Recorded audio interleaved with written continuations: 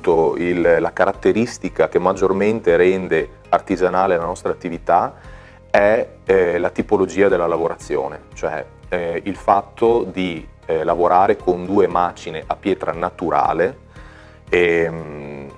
ci permette di avere un prodotto che è totalmente diverso dagli altri, da altre realtà molitorie.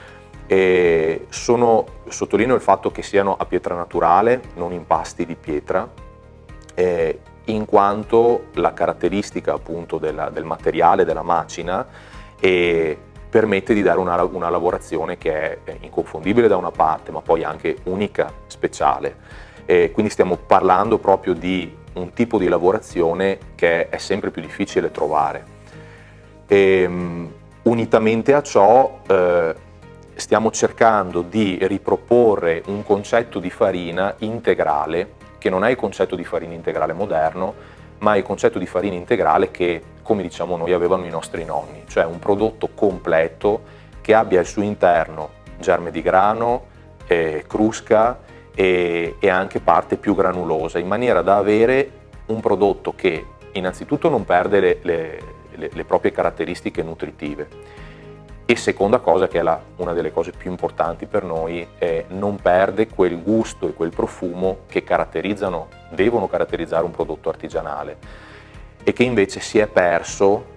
proprio con i prodotti industriali. Sostanzialmente, per ritornare un po' alla domanda, l'artigianalità parte dalla lavorazione,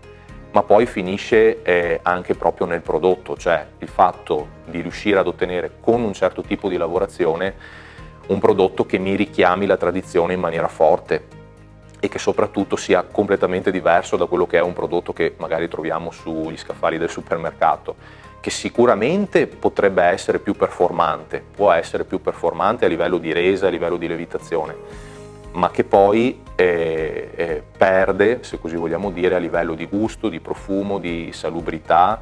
e anche proprio di sostanze nutritive all'interno di ciò che si va a mangiare. Allora, come tutte le realtà abbiamo delle criticità. La criticità principale sta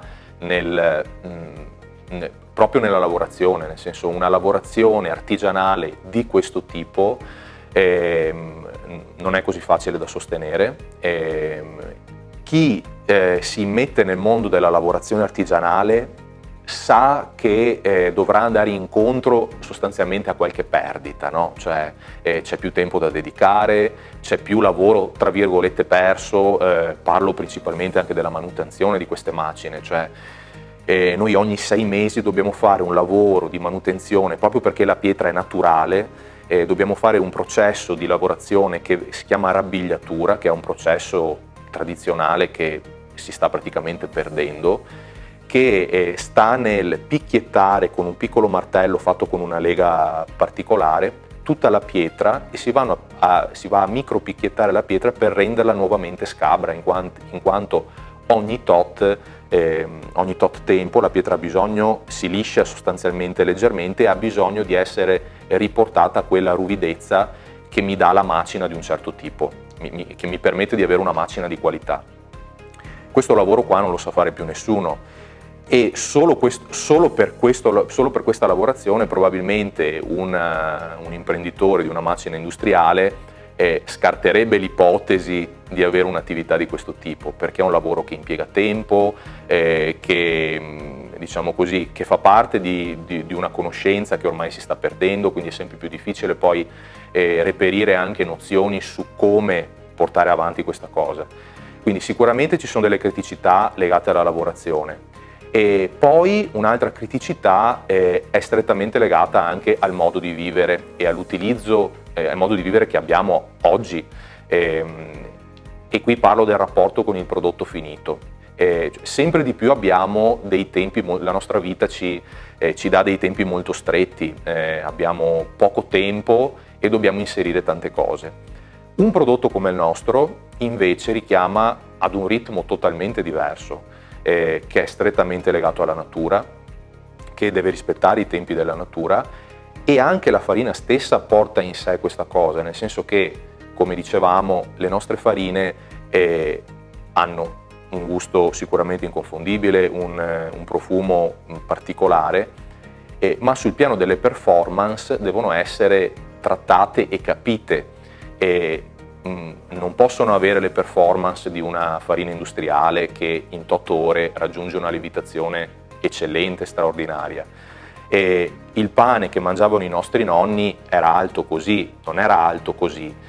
E nel momento in cui una persona si approccia al nostro prodotto deve anche un po' abbracciare questa concezione di lavorazione, e questa cosa qua non è sempre facile, non tanto perché non ci sia la volontà da parte delle persone di farlo, perché è un concetto su cui penso in moltissimi, un concetto che in moltissimi abbracciamo o vorremmo abbracciare, ma c'è proprio una difficoltà di unire questo alla vita di tutti i giorni, quindi avere il tempo da dedicare per prepararsi il pane in casa, attendere una lievitazione di un certo tipo, studiare una farina che spesso varia perché il nostro prodotto non è sempre uguale di anno in anno, i nostri cereali che ci coltiviamo qua non hanno sempre le stesse identiche caratteristiche che invece ha una produzione industriale. È un prodotto che segue i ritmi e i cambiamenti del luogo in cui siamo, e che quindi ha bisogno, diciamo così, di un certo rispetto, ecco, se vogliamo dirla così. Pertanto questo io la vedrei come altra criticità, il fatto di riuscire ad unire un prodotto che ha bisogno di un certo ritmo e coniugarlo con un ritmo di vita che è sempre più frenetico che è il nostro.